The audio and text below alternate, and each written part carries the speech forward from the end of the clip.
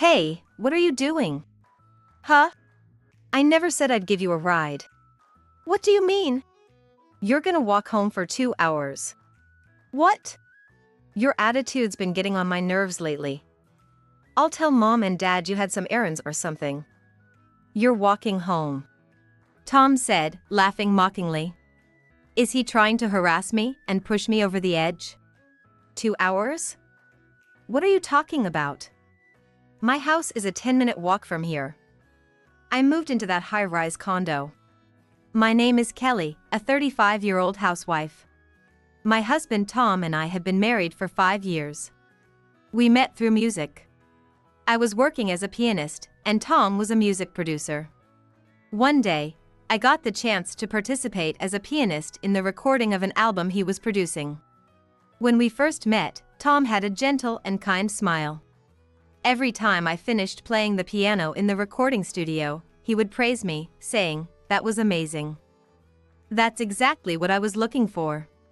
After the work was done, he asked, "If you don't mind, would you like to grab a bite to eat?" I was a little nervous, but I replied, "Yes, I'd love to." Over dinner, Tom passionately talked about his love for music. "I want to move people's hearts with music.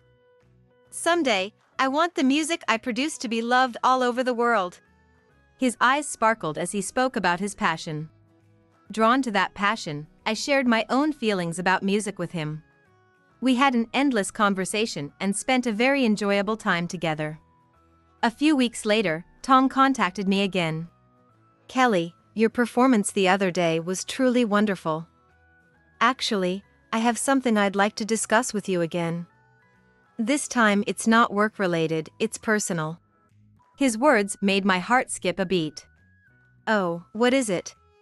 When I asked, he said, "Actually, I'd like to see you again, Kelly. I'd love to talk more on a personal level." I was a bit surprised but happy at his words, and I replied, "Of course, I enjoyed talking with you too, Tom." On the day we went out for dinner again, Tom shared stories about his past and his family. He spoke openly about many things, and I felt a sense of closeness and shared my own stories with him. Because of that, I felt like the distance between us had significantly decreased. After that, Tom said, "Kelly, can we meet more often? Honestly, I'm attracted to you." I was genuinely happy and replied, "I feel the same way." And so, we officially started dating. After we started dating, we had many wonderful days together. Tom was sincere both in his work and with me, and I felt truly secure when I was with him. However, we did have one big fight. One day, Tom was so busy with work that he forgot about our plans, and I exploded with anger. "You're always working. You said you cherished our time together." Crying before I realized it, I vented my frustration. Tom must have realized it was bad and apologized with a serious look on his face. "I'm sorry, Kelly, I'm really sorry. I'll be more careful from now on." After that, he really made an effort to cherish our time together. Then one day, a year after we started dating, Tom suddenly got down on one knee and proposed, "Kelly, will you marry me?" I was filled with surprise and joy and answered, "Yes, of course." And so, we decided to get married. Before our marriage, my days with Tom were truly enjoyable and happy. He was always kind and respected my opinions. During our dates, he always put me first, taking me to my favorite restaurants and places. If there was a problem, he would listen seriously and work with me to find a solution. We had one fight, but after that, he was truly perfect, an ideal partner. Our wedding was just like him, making sure all my wishes were fulfilled. It was a small ceremony, but the day spent with family and friends became an unforgettable memory for us. Tom promised, "I'll keep making you happy, Kelly." Our newlywed life was fun and happy. However, gradually, Tom's attitude began to change. At first, it was minor things. When I voiced an opinion, he increasingly brushed it off, saying, "Kelly, you don't get it." I thought it was due to his work stress, so I didn't mind at first. However, that attitude gradually escalated. He started criticizing my housework, saying, "Why can't you do such simple things," in a high-handed manner. What happened to him? Did I do something to upset him? Even when he came home from work, he became more cold towards me, barely responding when I asked, "How was your day?" One day, when I was about to go out to keep an appointment with a friend, he said, "If you have time to waste on such things, you should take care of the house properly." Shocked by his words, I left without saying anything. I work too, and I do the housework on top of that. In a dual-income household, the husband should do housework too. Why am I the only one being blamed? Even after that, his domineering attitude continued. When I made a suggestion, he increasingly responded with, "I'll decide, so don't butt in." Where did the kind Tom go? Every day, I began to worry about my relationship with my husband. Still, there were happy moments between us. There were days when he was kind like before, and each time I hoped he might return to the old Tom. But that hope was repeatedly betrayed, and gradually, I grew weary. The thought of divorce crossed my mind at times. But since we got married, I want to get along well and make our marriage work. Divorce would be easy, so I wanted to work on improving our relationship until I was satisfied. Even after my relationship with Tom became strained, my relationship with my in-laws remained very good. My mother-in-law and father-in-law always welcomed me warmly. Unlike Tom, they respected my opinions and feelings. From the moment we announced our engagement, they were kind, and I wanted to become family with them. Especially my mother-in-law, who encouraged me whenever I asked for advice about housework or cooking, saying, "Kelly, you're really doing your best. I'll always come to help, so let me know if you need anything." My mother-in-law was also good at cooking, and sometimes we attended cooking classes together or tried new recipes. Additionally, my father-in-law often listened to me and frequently praised me, saying, "Kelly, you're really a great daughter-in-law." One day, when my in-laws came to visit us, I was a bit nervous. I was worried that Tom's high-handed attitude might show in front of them. However, in front of his parents, he played the role of a good son. So, my in-laws didn't notice anything and treated me kindly as usual.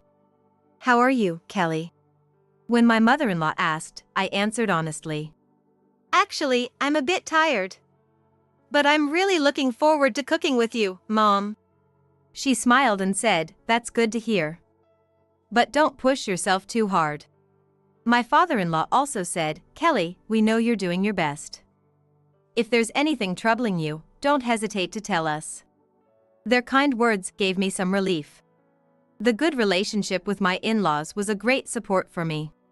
Their presence gave me the courage to face the issues with Tom little by little. I haven't been able to talk to them about it yet, but their presence is a source of comfort for me. I want to cherish my relationship with them while also working to improve my relationship with Tom. It's because of my warm relationship with them that I can look forward to the future with optimism. However, my relationship with Tom did not improve easily. In front of his parents, Tom's attitude changed completely. He acted like a different person, behaving as a kind and filial son. "Mom, Dad, how have you been? I bought your favorite snacks," he said with a kind smile. Seeing Tom like that, my in-laws would happily say that he was really a good son. Hearing that, Tom would say, "Thanks, Mom. Kelly also works hard, and she helps me a lot." But that's only how he acts in front of his parents. He never praises me otherwise. After his parents leave, Tom's attitude changes abruptly. As soon as the door closes, he sighs and looks down at me coldly. "Today's food was too bland, wasn't it? Taste it properly next time. Don't serve my parents bad food. And make sure to clean the house better. What if the dust makes my mom and dad cough?" His smile from a moment ago vanished, and he continued to glare at me and complain. All I could say was, "I'm sorry. I'll be more careful next time." He looked satisfied and urged, "Put in more effort." I felt confused and hurt by the gap between his kindness in front of his parents and his harshness towards me. I thought about talking to my in-laws about him, but he was so kind in front of them that it would lack credibility. What should I do? I was very troubled. In the midst of this, I started to feel changes in my body. I got tired easily and had no appetite. Is this because of stress? But I felt too sick. Worried, I went to the hospital and the doctor told me something surprising. Congratulations! You're pregnant! At that moment, joy and anxiety flooded over me. I took some time at a cafe to calm down, then went home, determined to tell Tom. I couldn't predict his reaction, but I wanted to cherish this new life we created. I didn't have the courage to tell him during dinner, so I took deep breaths while washing the dishes to prepare myself. Then, I called out, "Tom, I need to talk to you." He, unusually, turned off the TV and faced me. "What's up?" He seemed to sense from my demeanor that it was something important. As he stared at me intently, I answered, feeling a bit nervous. "I'm pregnant. We're having a baby." After a moment of silence, Tom's face showed a mix of surprise and joy. "What? Really? A baby?" He confirmed several times in disbelief. "Yes, the doctor told me." Then he suddenly hugged me. "That's great! I'm so happy, Kelly. It feels like a dream that we're having a baby." "Yeah, it really is great." I felt relieved seeing my husband smile. This pregnancy might be a chance to improve our relationship. Tom immediately called his parents to share the news. My mother-in-law tearfully said, "That's wonderful news, Kelly, Tom, congratulations." My father-in-law also expressed his joy. It's like a dream to have a grandchild. Since learning about the pregnancy, Tom's attitude began to change little by little. He started to take care of me and help with the housework. "Kelly, take a break today. I'll make dinner." Hearing him say that, I was surprised but also pleased by the change. However, not everything went smoothly. Tom's high-handed attitude didn't completely disappear, and when he got stressed, he would still say harsh words to me. "Just because you're pregnant, don't slack off. Be more responsible for the baby." His cold words made me anxious. Even so, with the support of my in-laws and Tom's changing attitude, I managed to give birth safely. We had a beautiful baby girl. Tom and I named her Lisa. After that, we spent our days nurturing this new life. My mother-in-law frequently visited and would say, "Let me know if there's anything I can help with," while my father-in-law always kindly reminded me, "Don't overdo it, Kelly." The major change of having a baby made me hope that I could gradually improve my relationship with Tom. He was relatively kind during my pregnancy, and I thought he would return to being the kind Tom through child-rearing. Tom was also actively involved in child-rearing and treated me kindly. When the baby was just born and I was exhausted at night, he would say, "Kelly, I'll take care of her tonight. You rest." He actively helped with changing diapers and feeding her. Every time he saw the baby's smile, Tom looked happy. "Just having this child makes me feel like we can overcome any hardship." I wholeheartedly agreed with his words. We deepened our bond as a family, centered around our new life. As time passed, Tom's attitude began to change again. Maybe due to increased work stress, he'd come home and collapse on the couch, saying, "I'm too tired to do anything today." Gradually, his high-handed words returned. "Kelly, take better care of Lisa. Make sure you're handling things even when I'm not around. Look, she's crying. Soothe her properly." Tom started leaving everything to me. Furthermore, Tom started coming home later and later. At first, he excused it by saying work was busy, but eventually, he stopped giving any reason at all. I spent my days alone, taking care of our daughter and waiting for him to come home. One night, amidst all this, our daughter said "Daddy" for the first time. I was thrilled and wanted to share that moment with Tom. But he came home late again, and seemed annoyed by my attempt to talk. "Today, Lisa said Daddy for the first time. I really wanted you to hear it yourself." When I told him this, he coldly responded, "I see. But I'm tired," and then went to the bedroom. He gradually distanced himself from our daughter and showed a cold attitude towards me. "Hey, why is it so messy in here? It's my day off, but I can't relax. Go somewhere with Lisa. Each time he spoke to me harshly, my chest tightened. At home, he was overbearing, but at his parents' house, his attitude changed completely. He still pretended to be someone else in front of his parents.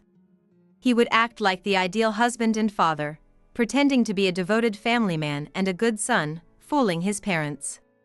For example, one day, when we arrived at his parents' house, Tom picked up Lisa and spoke to her in a gentle voice, "Come here. Daddy's here. Let's play a lot today." My mother-in-law, beaming, said, "Oh my, you're so good with a kid." My father-in-law praised him too, "Tom, you're a great father."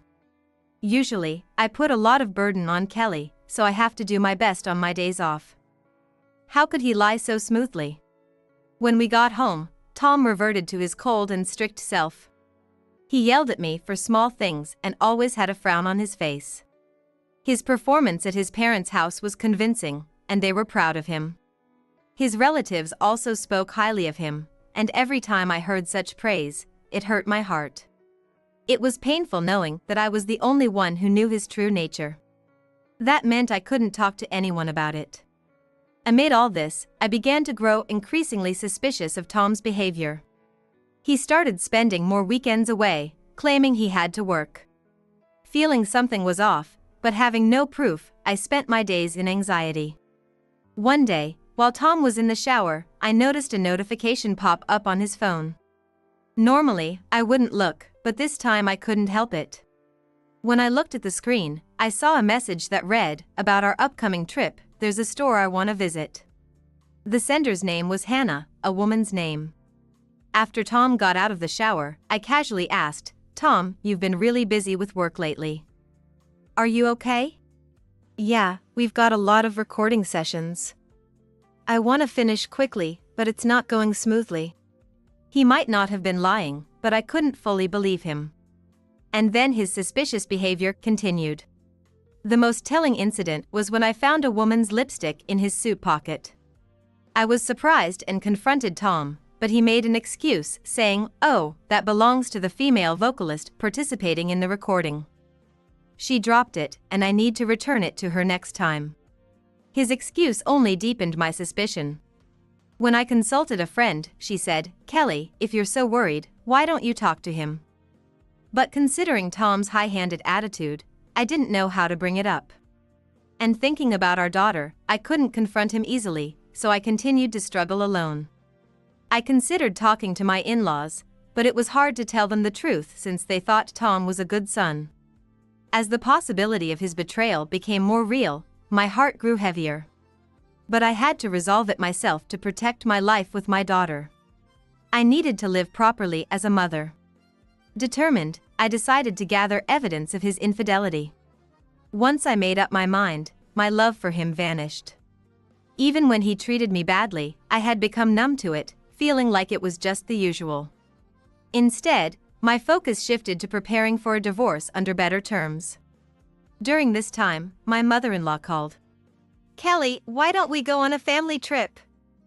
Let's invite Tom too, and we can all refresh ourselves together." I heard her cheerful voice as she suggested it. I hesitated but thought it would be a good memory for my daughter. "I'd love to go," I answered. That night, I told Tom about my mother-in-law's suggestion, and he looked a bit troubled. "Actually, I have a business trip during that time. I can't make it. But your parents will be lonely without you. You and Lisa will be there. They'll enjoy spending time with their granddaughter. Have fun for me." I felt a bit suspicious. Was it really a business trip? Speaking of which, the word trip appeared in the messages between him and his mistress. Could they be going on a trip at the same time? Got it. Good luck with work, Tom.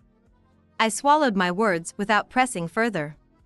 As the travel date approached, my mother-in-law contacted me. "Kelly, are you ready for the trip?"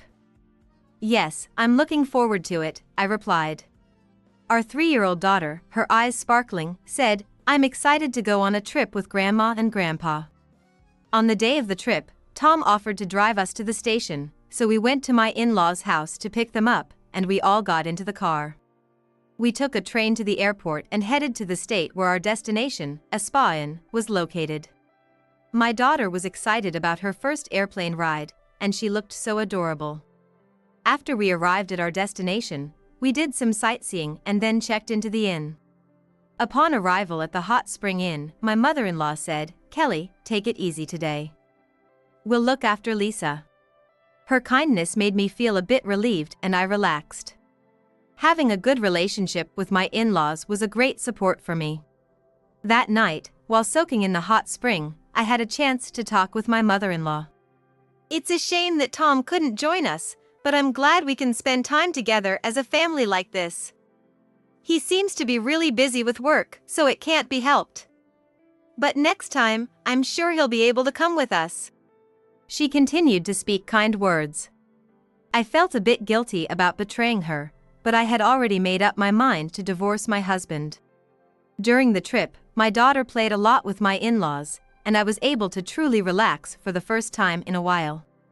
Since this trip was for 3 days and 2 nights, we were able to enjoy sightseeing at a leisurely pace. Tom was supposed to pick us up at the airport, so we boarded the plane back. "Hey, Mom and Dad, did you have fun?" "Sorry, I couldn't join this time," Tom said with a smile. He really put on an act in front of his parents. "We had a great time. Thanks for your hard work. Let's go together next time." My in-laws responded with a smile. Tom picked up our luggage, loaded it into the car, and helped my in-laws and daughter get in. I was about to get in when he suddenly stopped me. "Hey, what are you doing?" "Huh? I never said I'd give you a ride." "What do you mean?" "You're gonna walk home for 2 hours." "What?" "Your attitude's been getting on my nerves lately. I'll tell Mom and Dad you had some errands or something. You're walking home," Tom said, laughing mockingly. Is he trying to harass me and push me over the edge?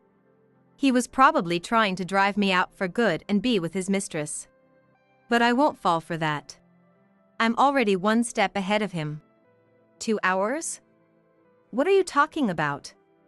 My house is a 10-minute walk from here. I moved into that high-rise condo." "What?" Tom looked shocked.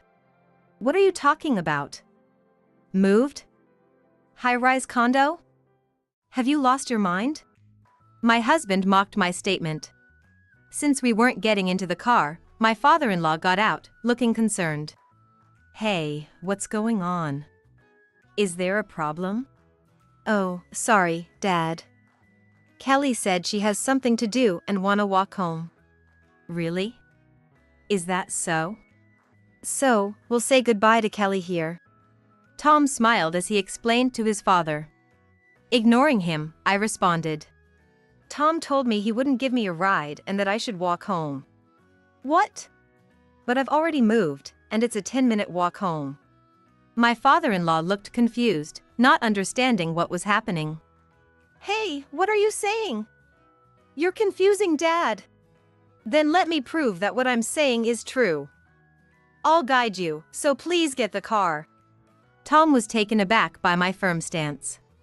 But if this turns out to be a lie, I'll be really mad.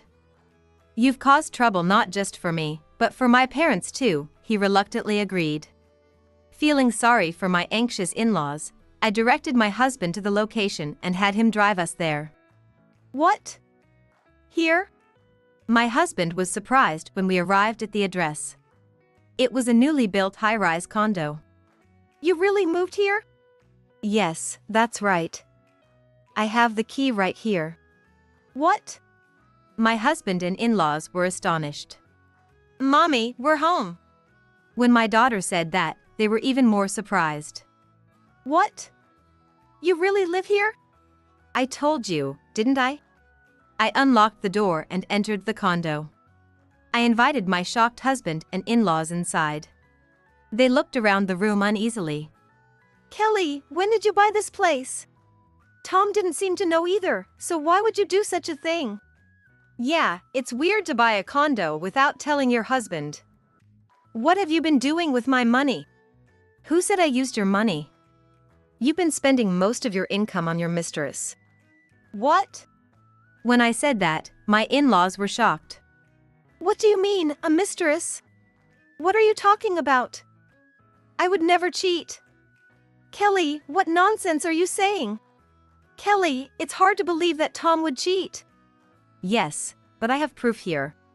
I showed them the evidence gathered by a detective agency. The photos showed my husband and his mistress entering a hotel together, looking very intimate. What? What is this? My in-laws were shocked. My husband turned pale. There are also photos of their message exchanges. I continued to present the evidence one by one.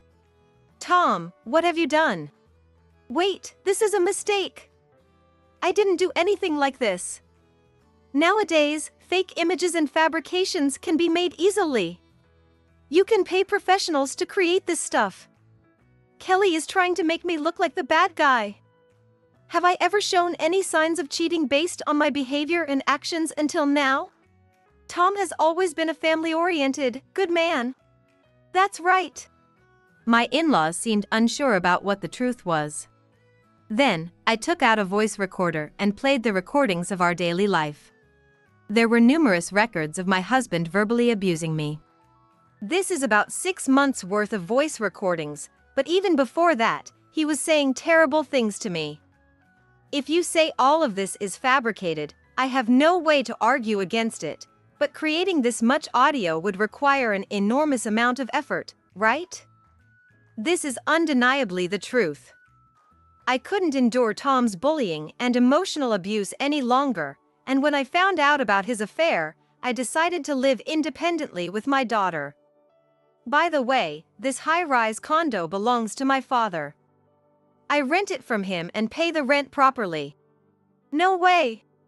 My in-laws were shocked and speechless at the series of revelations. Tom, have you been deceiving us all this time? No, Mom, Dad, this is... Unable to make any excuses, he was at a loss for words. What you've done is unforgivable. Cheating, emotional abuse, neglecting our child, all of it is the worst. We're getting a divorce, and you will pay alimony and child support. Why? You can't just decide on a divorce by yourself. Enough. This is disgraceful. With all this evidence, do you still think you'll be forgiven? That's right, just divorce her already. You have no right to raise Lisa. Pressured by his parents, Tom hesitated. In the end, he signed the divorce papers I had prepared. My in-laws, having learned the truth, sided with me. Kelly, we're sorry. We didn't know anything and even invited you on family trips. It's okay. Lisa was happy, and we ended up having a good time without Tom. Please continue to be her grandparents. Thank you. We'll make sure Tom pays alimony and child support. My in-laws apologized. Later, they truly helped me, making Tom pay alimony and child support in a lump sum. They monitored Tom at home and deducted the alimony and child support from his salary, leaving him with only a small amount. Because of this, Tom couldn't lavish gifts on his mistress, who promptly left him. I still meet my in-laws occasionally with Lisa, and I've heard that Tom is shamed at work for his affair and has a tough time. My in-laws are thoroughly re-educating him, and he now spends his days meekly commuting between work and home, struggling all the while. By the way, because of the scandal, my husband's work requests have significantly decreased. He's now juggling multiple part-time jobs and is so physically exhausted that he doesn't even have the energy for leisure activities. But it's all his own fault, and he deserves it. Meanwhile, I'm living a calm and peaceful life in the high-rise condo, and my work as a pianist is going well. Recently, I've been getting more composition requests, and my income is steadily increasing. I want to have enough financial freedom so that I can support Lisa in whatever she wants to pursue in the future. With that in mind, I continue to work diligently on my tasks every day.